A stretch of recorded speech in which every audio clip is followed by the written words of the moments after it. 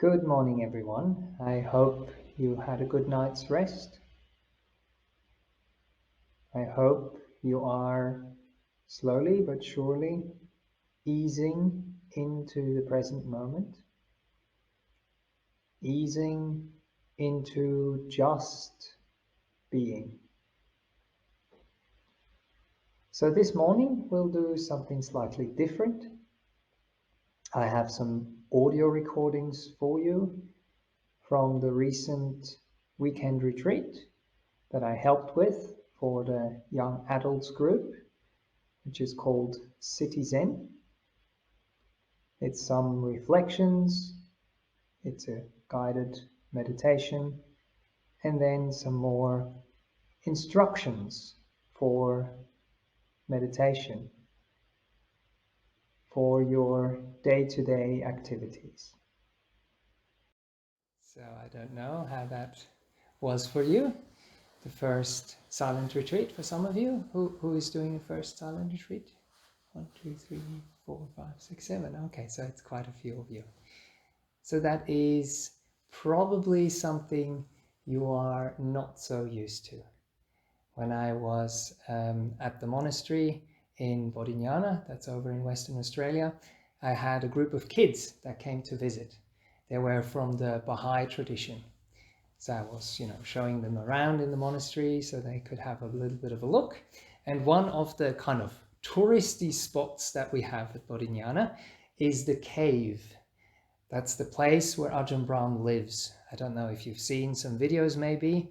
So it's a big building, which is, well, it's not so big, but it's like a big igloo, like the thing you build out of snow, but they build it out of granite, of big, massive granite blocks.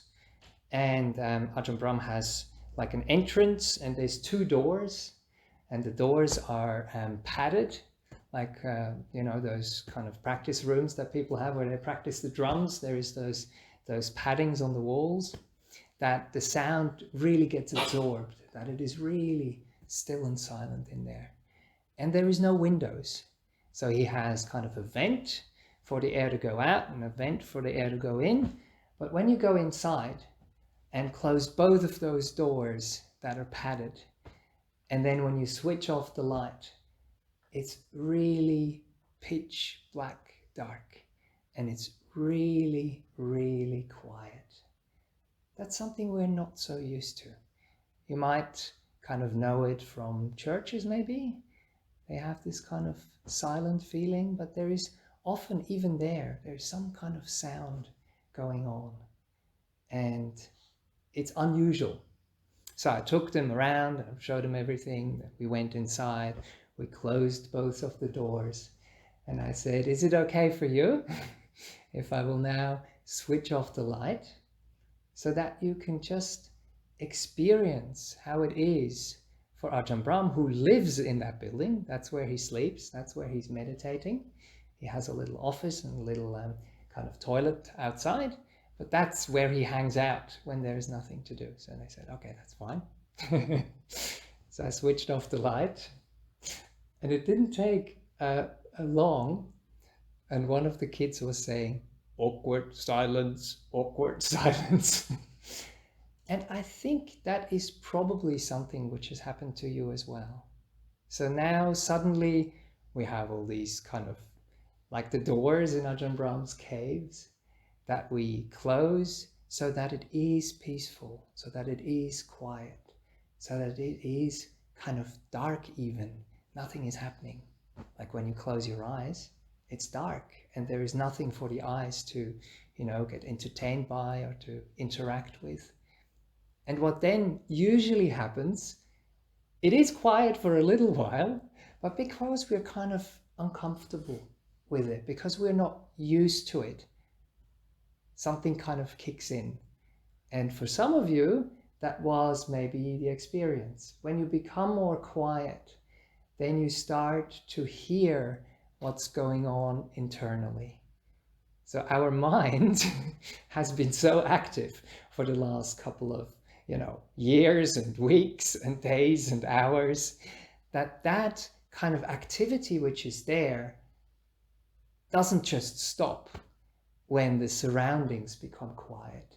It takes a little bit of time for that to calm down as well.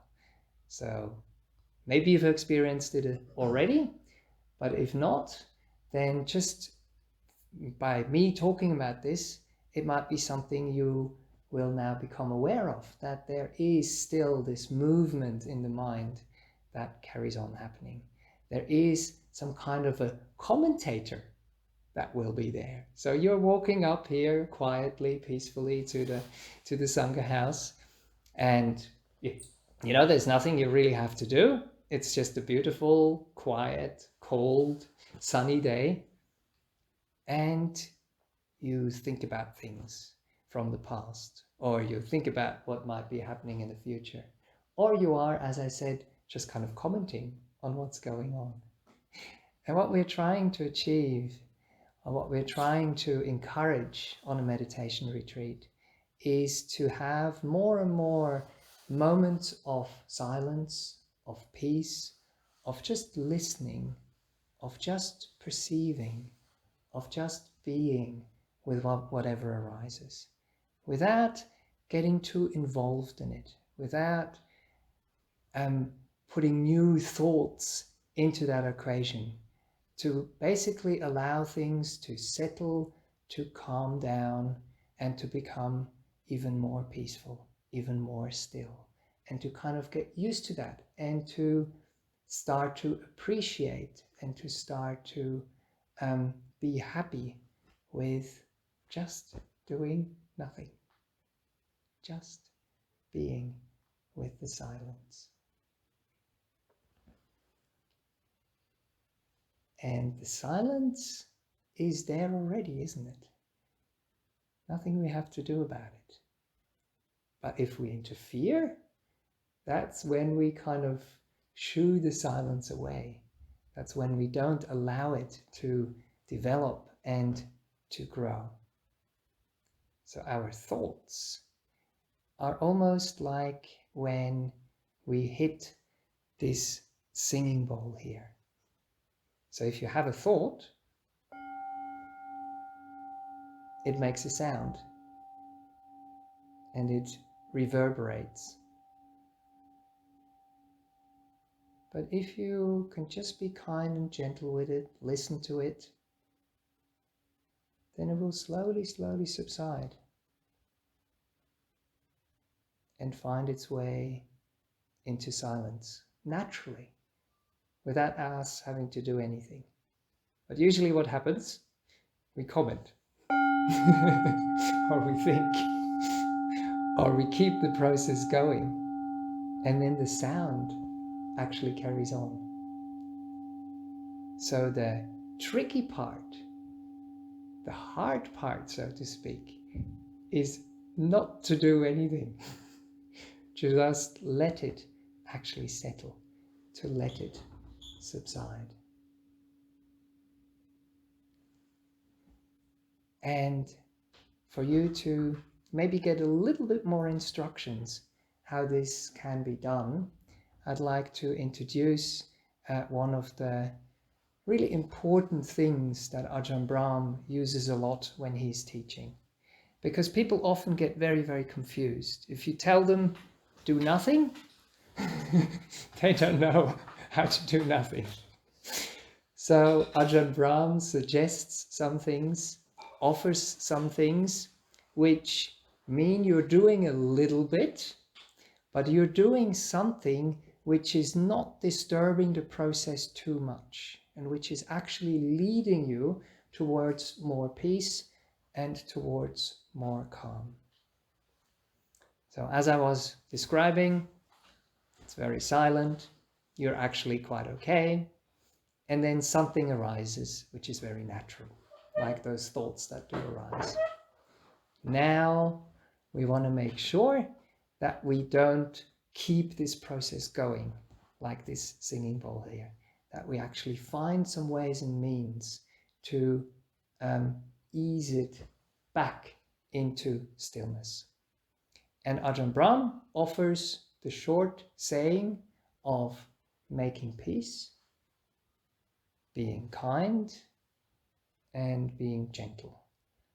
I assume that most of you who've been exposed to Ajahn Brahm have heard this before. And when we do these three things, then we're actually not disturbing the process too much. We are just bringing a kind attitude to whatever is happening. And then we will allow it to go back into silence, back into peace, back into calm. Because what often happens is our reaction to whatever arises is the problem. That is what gets us involved in these things. So we either want something or we don't want something. And that is the movement in the mind which creates more noise.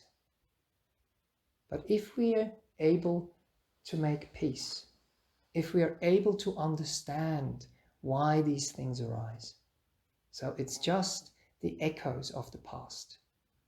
What you are hearing now, when you're walking out there and it's just quiet and peaceful and nice, the thoughts that are arising are just the habit patterns you have from the past.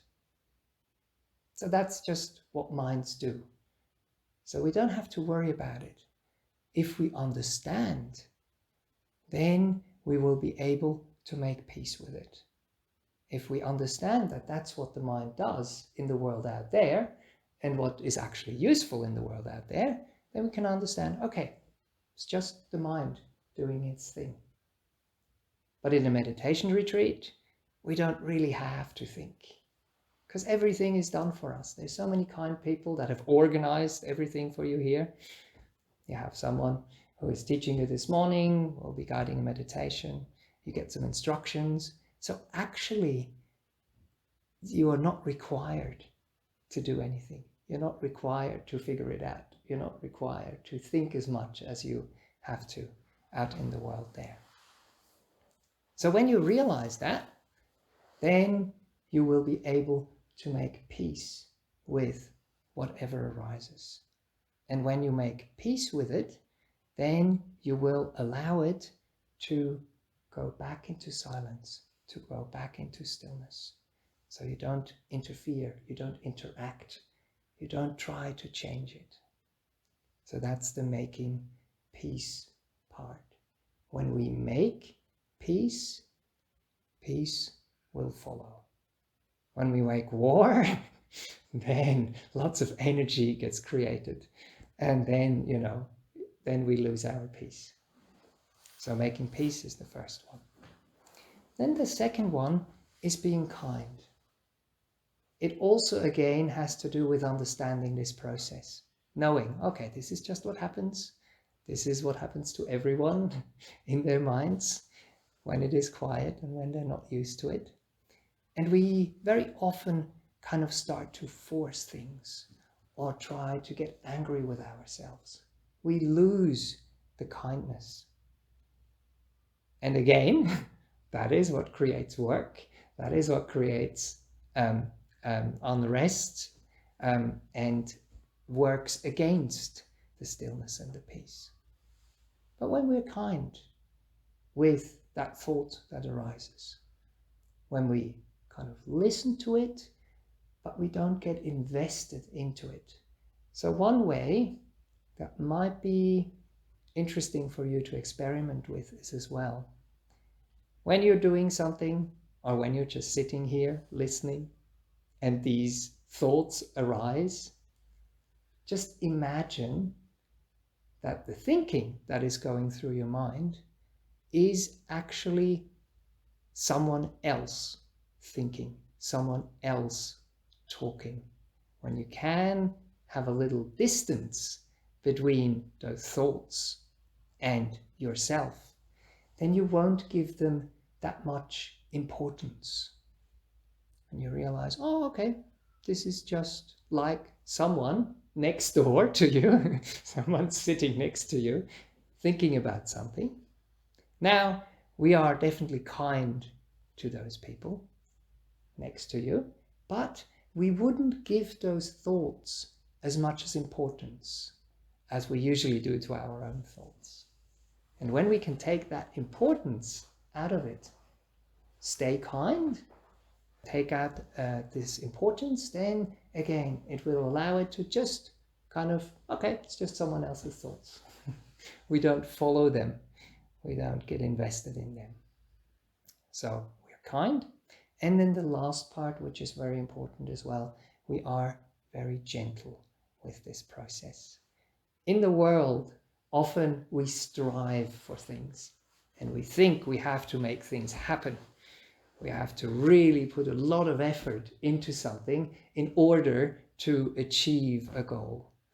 In meditation, but actually also in life, when we learn to live it skillfully, when we are gentle, we actually get much, much further in life than when we are hard and when we are tough. And with that gentleness, we also allow this process of meditation and of stillness to develop and to deepen. So make peace, be kind, and be gentle. So let's do a guided practice together using some of those themes that I've mentioned.